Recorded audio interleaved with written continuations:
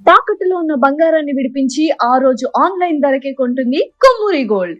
అందరికీ నమస్కారం అండి. సుమన్ టీకు స్వాగతం. నేను గీతాంజలి. ఇవాళ మనతో పాటు ఉన్న అతిథి శ్రీనాథ్ స్వామి. వారు ప్రముఖ జ్యోతిష్యులు, ఆధ్యాత్మికవేత్త. వారితో మాట్లాడి మనకున్నటువంటి ధర్మ సందేహాలను నివృత్తి చేసుకుందాం. గురుగారు నమస్కారం అండి. నమస్కారం అమ్మా. ఇంట్లో పాజిటివిటీ పెరగాలి, అసలు అంటే ఎలాంటి పనులు చేయాలండి అని అడుగుతూ ఉంటారు చాలామంది. ఇందులో కొంతమంది పర్టికులర్గా అడిగిన సందేహం ఏంటంటే, మా ఇంట్లో ఎప్పుడు ఏదో ఒక శ్లోకం, మంత్రం అలా వినిపిస్తూనే ఉంటుందండి, ఒక రికార్డ్ అలా ఉంచేసాం మేము, అలా వస్తూ ఉంటాయని కొంతమంది. ఎప్పుడు భక్తి పాటలు ఇవన్నీ పెట్టడం వల్ల ఇంట్లో పాజిటివ్ వైబ్రేషన్స్ వస్తాయా అనేది ప్రశ్న గురువుగారు. చాలా మంచి ప్రశ్న అమ్మా. ప్రతి ఇంట్లో మనం నిత్యము స్తోత్రాలు పఠనం చేయడము, లేదా లలిత సహస్రనామాలు, విష్ణు సహస్రనామాలు, ఏవైనా అష్టకాలు మనము పారాయణం చేయాలంటే కొద్దిగా కష్టంగా ఉన్నవాళ్ళు ఇంట్లో ఏదో ఒక రకమైనటువంటి పారాయణాన్ని మనకు వినపడే విధంగా, అంటే టీవీ ద్వారా కానీ లేకపోతే ఏదైనా స్పీకర్ ద్వారా కానీ వినపడే విధంగా అవి చూస్తూ ఉండండి అమ్మా. మీరు వింటూ ఒక సంవత్సరం పాటు ఏదైనా స్తోత్రాన్ని విన్నారనుకోండి, స్తోత్రాలు అయితే నెల రోజుల్లోనే వస్తుండొచ్చు, కానీ ఏదైనా పారాయణం కూడా, ఇప్పుడు లలిత సహస్రనామం కానీ విష్ణు సహస్రనామం వింటూ ఉన్నాం అనుకోండి, ఒక సంవత్సరం పాటు విన్నారనుకోండి, కొన్ని మీరు అనర్గళంగా నోట్లో చెప్తూ ఉంటారు. మరి మనం కూడా చదవగలుగుతాం. అలా అందులో మనకు నిత్యము వినపడేటటువంటి స్తోత్రాలలో ఇవి ప్రత్యేకంగా ఏంటి, మొట్టమొదట మణిద్వీప వర్ణన. చాలా మందికి ఇంట్లో సుఖ శాంతులను ఇచ్చేటటువంటిది కాబట్టి ఆ మణిద్వీప వర్ణన పెట్టుకోవాలి. తర్వాత ఆడవాళ్లకు ధైర్యాన్ని ఇచ్చేటటువంటిది, ఆడవాళ్ళు శాంతియుతంగా ఉండడానికి, ఆడవాళ్ళు భర్తతో సన్నిహితంగా ఉండడానికి, మంచి పాజిటివ్ వైబ్రేషన్ ఉండడానికి విష్ణు సహస్రనామము, లలితా సహస్రనామం ఉపయోగపడతాయి. అవి రెండు కూడా భార్యాభర్తల అన్యోన్యతను పెంచుతుంది, అలాగే లక్ష్మీ కటాక్షాన్ని ఇస్తుంది, వారికి మనస్ఫూర్తిని ఇస్తుంది, ధైర్యాన్ని ఇచ్చేటటువంటిది అవి రెండు. తర్వాత వాటితో పాటు మనకు దక్షిణామూర్తి స్తోత్రం కానీ పిల్లలకు మంచి విద్యాబుద్ధులను కలిగిస్తుంది.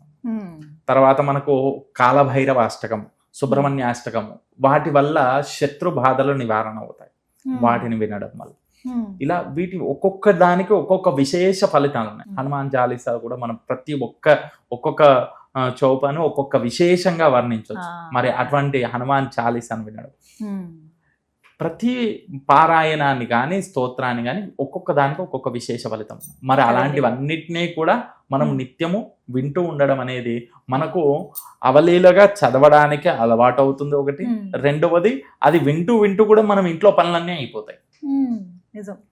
మనం అన్ని పనులు అయిపోతాయి మనకు ఈజీగా. మనకు నోటెడు మనము జరుగుతున్నప్పుడు కూడా మనం చెప్పుకుంటూ వెళ్ళిపోవచ్చు. ఈ విధంగా ఉంటుంది. తర్వాత మనము పిల్లలకు కూడా అవి తెలిసే విధంగా అవుతాయి. మనం వింటూ ఉన్నాము, మనం చదువుతున్నాము, అవి కూడా పిల్లలు నేర్చుకుంటారు. అదే ఇప్పుడు ఉన్నటువంటి పిల్లలకు వేరే అవేవో చూసే కంటే ఇవి వినడము, ఇవి చూడడము విశేషంగా వాళ్ళకు కూడా భక్తి జ్ఞానాన్ని పెంచుతుందని చెప్పారు. నిజంగా కొంతమంది ఇళ్లలో గమనిస్తామండి, ఉదయం లేవగానే చక్కగా సుప్రభాతంతో ప్రారంభిస్తారు, అలా పాటలు వస్తూ ఉంటాయి. ఏ రోజుకి ఆ రోజు విశేషంగా అది కూడా శుక్రవారం అయితే అమ్మవారి పాటలన్నీ వింటాం, శనివారం అయితే వెంకన్న పాటలు, ఇలా మనకి ఒక రోజుకి ఇలా అంటూ మనం ఫిక్స్ చేసుకున్నాం కాబట్టి నిజమే అవి నిత్యం వస్తూ ఉంటే భలే పాజిటివ్ గా అనిపిస్తుంది కదా గురువుగారు. అలా మీకు పూర్వము దేవాలయంలో కూడా, ప్రతి దేవాలయంలో కూడా పాటలు పెట్టేవారు. ఇప్పుడు మాత్రం పాటలు పెట్టగానే డిస్టర్బెన్స్ అని చెప్పేసి ఎవరో దాన్ని కంప్లైంట్లు అని అదని ఇదని చేసేసి వాటిని పెట్టడం తగ్గించారు. కానీ మన ఇంట్లోనైతే మనకైతే ఇబ్బంది లేదు కాబట్టి మనం పెట్టుకోవాలి, వినాలి. కొంతమంది ఇంట్లల్లో పంచాక్షరి మంత్రం లేదా అష్టాక్షరి మంత్రము, లేక అమ్మవారి ఓం శ్రీమాత్రే నమః అనే మంత్రాన్ని వారు కంటిన్యూగా వినపడే విధంగా ఒక ఆడియో పెట్టేసుకుంటారు. అది వాళ్ళకు నిత్యం మోగుతూనే ఉంటుంది. లేదా ఓంకారం, ఓం అని ఇలా ఏదో ఒకటి. ఇప్పుడు మనకి చాలా వరకు చిన్న ఈ ప్లగ్స్ లాంటివి కూడా వచ్చాయి, దాని నుంచి మ్యూజిక్ అలాగే వస్తుంది. అలాంటిది పెట్టుకున్నా సరే అది వాళ్ళకు పాజిటివ్ ఎనర్జీ. మనము ఇప్పుడు ఏదైనా అక్కడ మనం పాట విన్నాం అనుకోండి అమ్మా, మనం హమ్మింగ్ అంటారా, అలా చేస్తూ ఉంటాం కదా. ఇది కూడా అంతే అమ్మా. మనకు అక్కడ ఓంకారం జరుగుతుంది అనుకో, మనం కూడా ఖాళీగా ఉన్నప్పుడు మన మనసు కూడా ఓం అని పలుకుతూ ఉంటాం. మనం మళ్ళీ అది నిత్యము జరుగుతూ ఉన్నది అనుకోండి, అది అలవాటు అయిపోతుంది. కాబట్టి ఆ విధంగా ఉండడం అనేది చాలా మంచిదమ్మా, ఇంట్లో పాజిటివ్ ఎనర్జీ అని చెప్పి. ఇక్కడ ఒక్క మాట అడుగుతాను గురుగారు, ఇందులో భాగంగా కాలింగ్ బెల్ కొట్టినప్పుడు మనకి కీర్తన వస్తుంది, లేకపోతే ఏదైనా పాట వస్తుంది, అంతదాకా ఎందుకు కొంతమంది గాయత్రినే పెట్టుకుంటారు, అసలు అలా ఉంచొచ్చా అండి? మంచిదే అమ్మా. అది అంటే గాయత్రి మంత్రం కూడా మనకు వింటూ ఉండడం మంచిదే కదమ్మా. అంటే మనకు ఒక వ్యక్తి చెప్పడం అంటే ఉపదేశం అనుకున్నాం, కానీ అందులో వినడం అయితే తప్పలేదు కదమ్మా. అది ఎప్పుడైనా కానీ సరే అది దాన్ని వినడం వల్ల మనకు పాజిటివిటీ అనేది పెరుగుతూ ఉండేది అని చెప్పొచ్చు, కానీ తగ్గుతుందని చెప్పడానికి లేదు కదా. కాబట్టి వినొచ్చమ్మా, తప్పేం లేదు. కాలింగ్ బెల్స్లలో కానీ లేకపోతే మనము ఆడియోస్ ద్వారా కానీ ఫోన్స్ ద్వారా కానీ మనము అలాంటివి అన్ని కూడా వినొచ్చమ్మా, తప్పేం లేదు. ఏదో ఒక రకంగా ఆధ్యాత్మికంగా మనకు మనిషిని అన్ని ఆలోచనలకు పోకుండా చేసేటటువంటిది ఆధ్యాత్మికంగా మనం ఒక్కసారి ధ్యానంలో కూర్చున్నాం అనుకోండి అమ్మా, ఎంతమంది కూర్చుంటారో మీరు చెప్పండి. ధ్యానంలో కూర్చున్న వ్యక్తి చంచలంగా అంటే ఒక్క సెకండ్ ఇలా చూడడము, లేదా మనిషి మామూలుగా ధ్యానంలో ఇలా కూర్చుంటే ఇలా కూడా కావకూడదు. మరి అలా కూర్చోవాలి అనే వాళ్ళు ఎంతమంది కూర్చోగలుగుతారు? కాబట్టి అది పెరగాలంటే ఈ విధంగా ఇంట్లో ఉండడం వల్ల అది కూడా పెరుగుతుంది అని చెప్పవచ్చు. ఆధ్యాత్మికంగా పెరుగుతుంది, వారు కూడా ఒక ఏకాగ్రత అనేది పెరుగుతుందని చెప్పచ్చు. గురుగారు, అలాగే పిల్లలకి ప్రతినిత్యం వాళ్ళు పఠించుకునే విధంగా ఎటువంటి శ్లోకాలు కానీ మంత్రం కానీ వాళ్ళకి ఏం నేర్పిస్తే మంచిదంటారు? శ్లోకాల విషయం మాట్లాడితే మనకు స్కూల్కి వెళ్ళే పిల్లలు కానీ పిల్లలందరూ కూడా మొట్టమొదట మనకు కరాగ్రే వసతే లక్ష్మీ కరమధ్యేతు సరస్వతి కరమూలే సిద్ధా గౌరి ప్రభాతే కర దర్శనం అని మనం చెప్పుకుంటాం కదమ్మా. అది మొట్టమొదట వారికి నేర్పించాలమ్మా. పిల్లలు ప్రతి ఒక్కరూ ఆ యొక్క శ్లోకాన్ని వాళ్ళు చదువుకోవాలి. తర్వాత మనము దక్షిణామూర్తి స్తోత్రం, అది ముఖ్యంగా పిల్లలకు నేర్పించాలి. ఎందుకంటే విద్యా బుద్ధులు వారికి పెరుగుతాయి, గురువు గారి అనుగ్రహం కలుగుతుంది అని చెప్పొచ్చు. కాబట్టి దక్షిణామూర్తి స్తోత్రం, అలాగే గురుపాదుకా స్తోత్రం, గురుపాదుకా స్తోత్రం కూడా మనకు పిల్లలకు నేర్పించవలసినటువంటిది అని చెప్పొచ్చు. ఇవి రెండు, వాటితో పాటు పిల్లలకు మనము నిత్యము ఏవైతే మంగళాచరణాలు అని చెప్తాం, ఏది శుక్లాంబరధరం విష్ణు ఇలాంటివి, అలాగే ఆగమార్థం దేవానాం గమనార్థం ఇలాంటివి కొన్ని శ్లోకాలు ఉన్నాయి కదమ్మా, అవి 10 శ్లోకాలు వాళ్ళకి నేర్పించాలి. వాగర్త వివసం ప్రక్తో వాగర్త ప్రతిపత్తి అలాంటిది.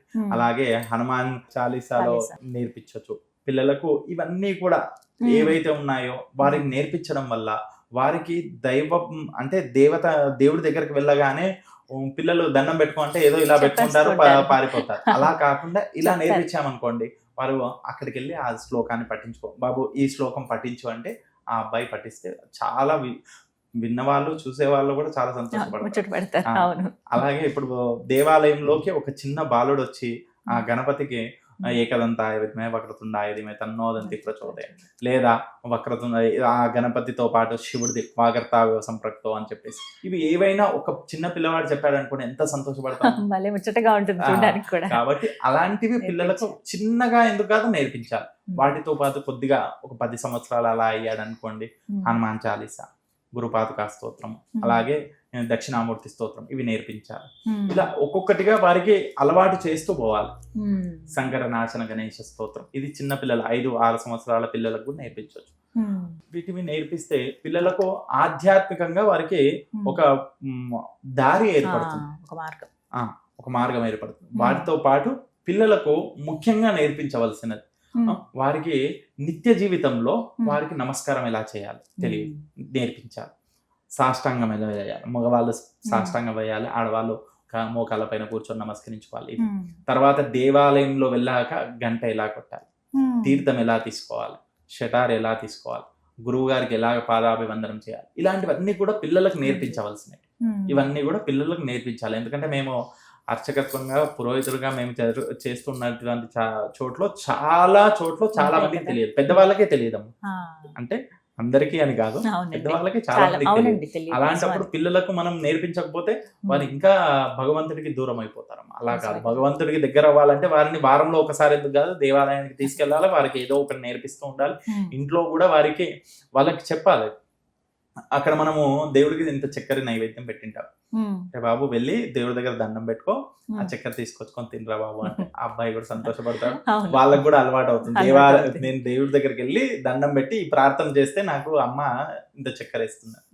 అలా చిన్నయే కానీ పిల్లలకు దేవుడికి దగ్గర చేసేటివి అని చెప్పొచ్చు. నిజంగా మన ఇవన్నీ మంచి సంస్కృతి, అలవాట్లు కూడా సంస్కృతి సాంప్రదాయాలు పిల్లలకు అలవాటు కూడా అయిపోతాయి. తర్వాత తరం వరకు నేర్పించిన వాళ్ళు అవుతాం చక్కగా. వాళ్ళే ఇంకా వాళ్ళని చూసి ఇంకొంతమంది నేర్చుకుంటారు కదా. నేర్చుకుంటారమ్మా. ఇప్పుడు పిల్లలను చూసి పిల్లలు నేర్చుకుంటారమ్మా. అవును. ఆ అబ్బాయి ఇప్పుడు ఒక అబ్బాయిని పట్టుకొని వెళ్ళి మనం దేవాలయానికి వెళ్ళి వచ్చామనుకోండి, మన ఇంట్లో బాబుని పట్టుకెళ్ళి ఆ పక్కన ఉన్న బాబు అంటాడు వాళ్ళు గుడికి వెళ్ళారు నేను కూడా వెళ్ళాలి అని. అలా ఒకరిని ఒకరు నేర్చుకునే విధంగా అవుతుందమ్మా. కాబట్టి ఖచ్చితంగా మనమే మొదలు పెట్టాలి, మనని చూసి నలుగురు నేర్చుకునే విధంగా. చక్కగా వివరించారు. ధన్యవాదాలండి. సంతోషం.